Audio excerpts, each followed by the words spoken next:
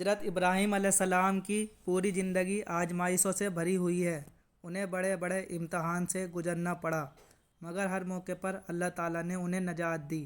غور کیجئے کہ جب ان کے والد سمیت پوری قوم اور بادشاہ وقت نے پیغام حق سنانے کی وجہ سے دہکتی ہوئی آگ میں ڈالنے کا فیصلہ کیا، تو باطل پرستوں کو یہ خطرناک فیصلہ بھی حضرت ابراہیم علیہ السلام کے قدموں کو ڈگمگا نہ پایا۔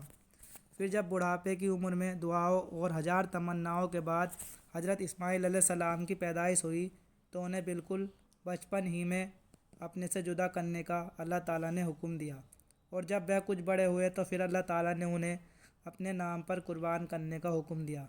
یہ سب ایسے سخت مراحل تھے کہ جہاں بڑے بڑے مرد کے قدم بھی ڈگمگانے لگتے ہیں، مگر قربان جائیے حضرت ابراہیم علیہ السلام کی قربانی اور جذبہ اطاعت کہ حکم ملتے ہی اس کو پورا کرنے کے لیے تیار ہو گئے، اور ایک وفادار انسان کی طرح جو کچھ کر سکتے تھے کر گزرے۔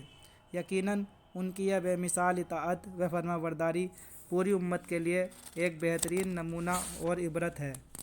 اللہ تعالیٰ نے حضرت ابراہیم علیہ السلام کے اہل و عیال میں خوب برکتیں اور رحمتیں نازل فرمائی تھیں۔ ان کو اولاد بھی ایسی ملی کہ صرف نبی نہیں بلکہ انبیاء کے موری سے اعلیٰ بنی۔ انہوں نے 3 شادیاں کی تھیں۔ پہلی بیوی کا نام سارہ ہے، جو آپ ہی کے خاندان سے تھی۔ ان سے حضرت اسحاق علیہ السلام جیسے پیغمبر پیدا ہوئے، جن کی نسل سے تقریباً 3500 انبیاء پیدا ہوئے۔ ان کی دوسری بیوی کا نام ہاجرہ ہے، جو شاہ مصر کی بیٹی تھی۔ بادشاہ نے ہجرت کے دوران انہیں حضرت ابراہیم علیہ السلام کی زوجیت میں دیا تھا۔ ان سے حضرت اسماعیل علیہ السلام کی پیدائش ہوئی، جو جلیل القدر نبی ہونے کے ساتھ ساتھ انبیاء محمد مصطفیٰ صلی اللہ علیہ وسلم کے جد اعلیٰ بھی ہیں۔ تیسری بیوی کا نام قطورہ بتایا جاتا ہے۔ ان سے حضرت ابراہیم علیہ السلام نے حضرت سارہ کی وفات کے بعد عقد فرمایا تھا۔ ان سے کل 6 اولادیں ہوئیں۔ ان کی نسل اور خاندان کو بنو قطورہ کہا جاتا ہے۔ حضرت اسماعیل علیہ السلام حضرت ابراہیم علیہ السلام کے بڑے فرزند تھے۔ قرآن کریم میں ان کا تذکرہ 8 جگہوں پر آیا ہے۔ حضور صلی اللہ علیہ وسلم اور عرب کے مشہور اور باعزت خاندان قریش کا تعلق بھی انہی کی نسل سے ہے۔ پیدائش کے بعد حضرت ابراہیم علیہ السلام اللہ تعالیٰ کے حکم کے مطابق انہیں ان کی والدہ کے ساتھ بیت اللہ کے قریب چٹیل میدان میں چھوڑ کر چلے گئے تھے۔ جب کھانے پینے کا سامان ختم ہو گیا تو حضرت اسماعیل علیہ السلام کی تربیت و پرورش کے لیے اللہ تعالیٰ نے زمزم کا چشمہ جاری کر دیا، جو آج تک موجود ہے۔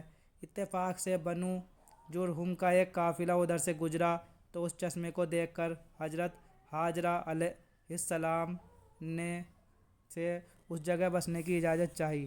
اجازت ملتے ہی بیت اللہ کے آس پاس ایک بستی آباد ہو گئی۔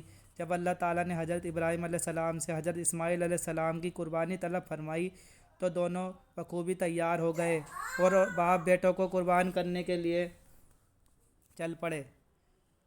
جب چھری گردن پر چلنے لگی تو اللہ تعالیٰ نے خوش ہو کر اس کی جگہ جنت سے دمبا بھیجا، پھر اس کی قربانی کی۔ چنانچہ اسی کی یاد میں عید الاضحیٰ کے موقع پر جانوروں کی قربانی کا سلسلہ ہمیشہ کے لیے جاری کیا گیا۔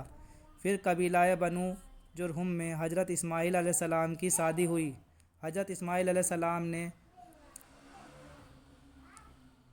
اپنی والدہ ماجدہ کے پہلو میں حرم شریف میں دفن ہوئے۔